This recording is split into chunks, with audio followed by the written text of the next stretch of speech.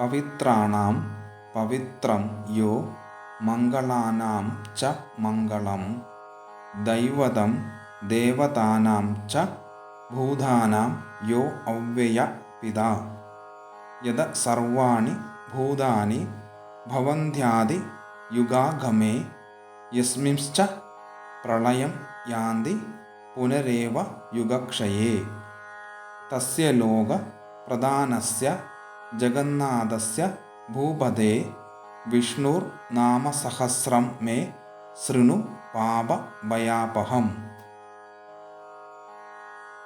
പവിത്രാണാം പവിത്രം യോ മംഗളാനാം ച മംഗളം ദൈവതം ദേവതാനാം ച ഭൂതാനാം യോ വ്യയഃപിതാ യദ സർവാണി ഭൂതാനി ഭവന്ത്യാദി യുഗാഗമേ യസ്മിംശ്ച പ്രളയം യാന്തി പുനരേവ യുഗക്ഷയേ തസ്യ ലോക പ്രധാനസ്യ ജഗന്നാഥസ്യ ഭൂപതേ വിഷ്ണുർനാമ സഹസ്രം മേ ശൃണു പാപഭയാപഹം.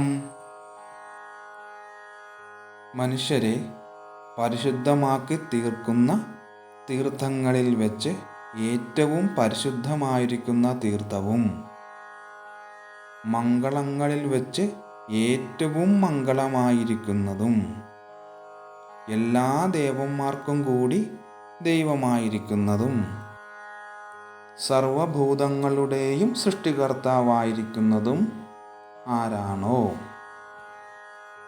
ആരിൽ നിന്നാണോ യുഗ ആരംഭത്തിൽ സർവഭൂതങ്ങളും ഉത്ഭവിക്കുന്നതും യുഗ അവസാനത്തിൽ അതായത് പ്രളയത്തിൽ ആരിലേക്കാണോ വീണ്ടും ലയം പ്രാപിക്കുകയും ചെയ്യുന്നത്. മൂന്നാമത്തെ ശ്ലോകത്തിൻ്റെ അർത്ഥം: ലോകത്തിൽ പ്രധാനനായും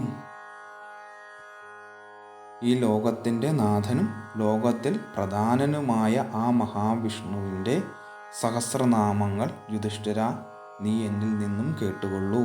അത് പാപങ്ങളെ നശിപ്പിക്കുന്നതും ഭഗവാനിലേക്ക് അഭയപ്രദവുമാണ്.